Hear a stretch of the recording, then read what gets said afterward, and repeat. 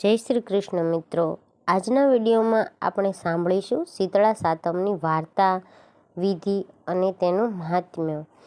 તો મિત્રો, દર વર્ષે શ્રાવણ માસમાં શીતળા સાતમને ઉજવવામાં આવે છે। આ દિવસે દેવી શીતળાની પૂજા અર્ચના કરીને તેમના નિમિત્તે વ્રત રાખવામાં આવે છે અને વાસી ભોજનનો જ ભોગ લગાવવામાં આવે છે। શીતળા સાતમના દિવસે ચૂલો કે સગડી સળગાવવામાં આવતો નથી। આખો દિવસ ટાઢું ખાવું અને શીતળામાની વાર્તા સાંભળવી અથવા તો વાંચવી। હવે આપણે સાંભળીશું શીતળા માતાની વ્રત કથા। તો એક ગામમાં દેરાણી જેઠાણી તેની સાસુ સાથે રહેતી હતી। બંને વહુઓના ઘેર દેવના દીધેલ એક દીકરા હતા। મોટી વહુ ઈર્ષાળુ હતી, જ્યારે નાની વહુ ભલી, ભોળી અને પ્રેમાળ હતી। એક વખત શ્રાવણ માસમાં રાંધણ છઠનો દિવસ આવ્યો। સાસુએ નાની વહુને રાંધવા બેસાડી। નાની વહુ બહુ મધરાત સુધી રાંધતી હતી। એટલામાં ઘોડિયામાં સૂતેલો છોકરો રડવા માંડ્યો। આથી બધું કામ પડતું મૂકીને વહુ છોકરાને લઈને જરા આડે પડખે થઈ અને થાકના લીધે જોત જોતામાં તો તેને ઊંઘ આવી ગઈ। ચૂલો સળગતો હતો। મધરાત પછી શીતળામાં ફરવા નીકળ્યા। તેઓ ફરતા ફરતા નાની વહુના ઘેર આવી પહોંચ્યા અને ચૂલામાં આળોટવા લાગ્યા। પણ આ શું? શીતળામાના શરીરે ઠંડક લાગવાને બદલે લાઈ બળવા લાગી। તેઓ આખા શરીરે દાઝી ગયા। આથી તેણે નાની વહુને શ્રાપ આપ્યો કે જેવું મારું શરીર બળ્યું એવું તારું પેટ બળજો। સવારે ઉઠીને વહુએ જોયું તો ચૂલો સળગતો હતો અને પડખામાં સૂતેલો છોકરો મૃત દશામાં હતો।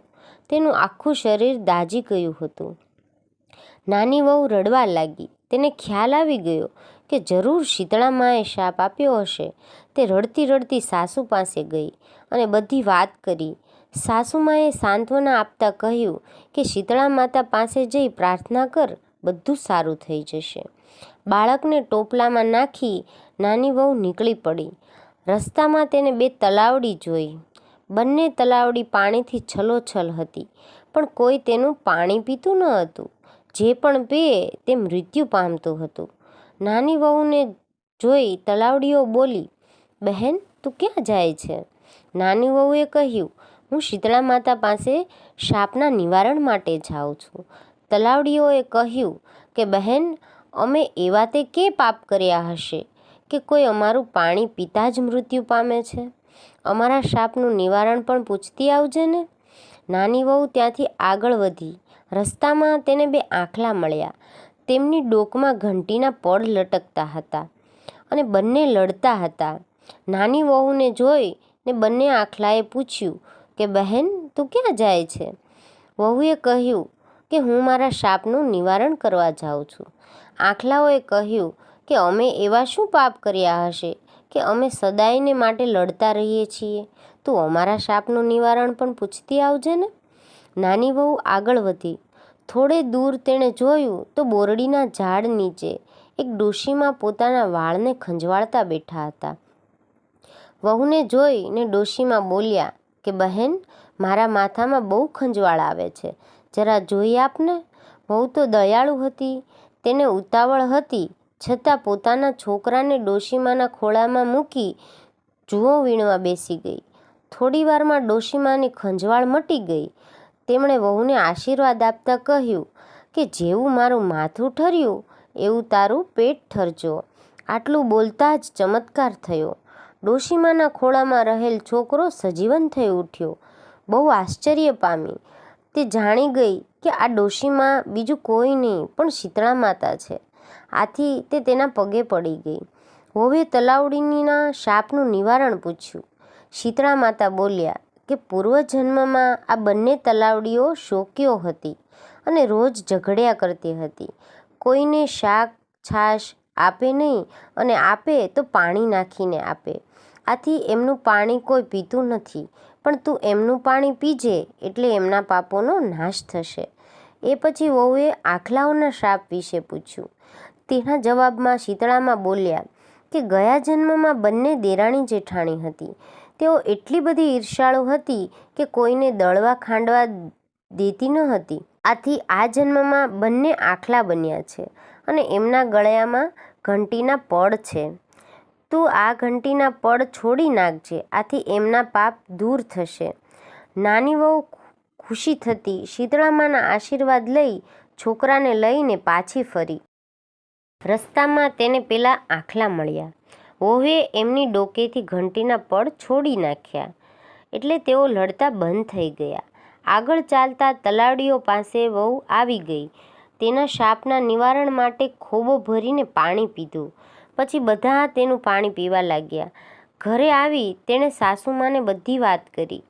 તેની જેઠાણીને તેની ઈર્ષા થઈ. બીજા શ્રાવણ માસમાં રાંધણછઠ આવી ત્યારે જેઠાણીને થયું કે હું પણ દેરાણીની જેવું કરું, આથી શીતળા માતા મને દર્શન આપે. તે રાત્રે ચૂલો સળગતો રાખી સૂઈ ગઈ. મધરાત થતાં શીતળા માતા ફરવા નીકળ્યા. ફરતા ફરતા મોટી વહુના ઘેર આવ્યા અને ચૂલામાં આળોટવા લાગ્યા. આથી તેનું શરીર દાઝી ગયું. તેમણે શ્રાપ આપ્યો કે જેવું મારું શરીર બળ્યું તેવું એનું પેટ બળજો. સવારે ઉઠીને જેઠાણીએ જોયું તો ઘોડિયામાં છોકરો મૃત્યુ પામ્યો હતો. આવું બનવાથી જેઠાણી દુઃખી થવાને બદલે ઉલટાની ખુશ થઈ અને તે પણ દેરાણીની જેમ છોકરાને ટોપલામાં લઈને ચાલી નીકળી. રસ્તામાં તલાવડીએ પૂછ્યું કે બહેન તું ક્યાં જાય છે? જેઠાણીએ મોં મચકોડતા કહ્યું કે તમારે શું પંચાત? જોતા નથી કે મારો દીકરો મરી ગયો છે અને હું શીતળા માતાને મળવા જાઉં છું. તલાવડીઓએ કહ્યું કે બહેન અમારું એક કામ કરતી આવજે ને. પણ જેઠાણીએ તો તરત જ ના પાડી દીધી. આગળ તેને બે આખલા મળ્યા તો જેઠાણીએ આખલાઓને પણ તેનું કામ કરવાની ના પાડી દીધી. આગળ જતાં ઝાડ નીચે ડોશીમા સ્વરૂપે શીતળા માતા માથું ખંજવાળતા બેઠા હતા. તેણે આ જેઠાણીને માથું જોઈ આપવાનું કહ્યું. તેણે ગુસ્સો થઈને ના પાડી દીધી અને કહ્યું કે હું નવરી છું કે હું તારું માથું ખંજવાળ્યા કરું? જોતી નથી મારો દીકરો મરી ગયો છે? જેઠાણી આખો દિવસ રખડી પણ તેને શીતળા માતા ક્યાંય મળ્યા નહીં. જેઠાણી મરેલા છોકરાને લઈને અંતે ઘેર પાછી આવી.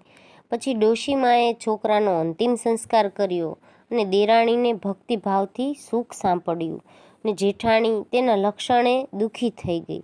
હે શીતળામાં, તમે દેરાણીને ફળ્યા તેવા તમારી ભક્તિ કરનારને ફળજો ને ટાઢક આપજો, તથા વ્રત કરનારને પણ ફળજો અને વાર્તા સાંભળનારને પણ ફળજો. જય શીતળામાં. તો હવે આપણે જાણીશું વ્રતની વિધિ વિશે.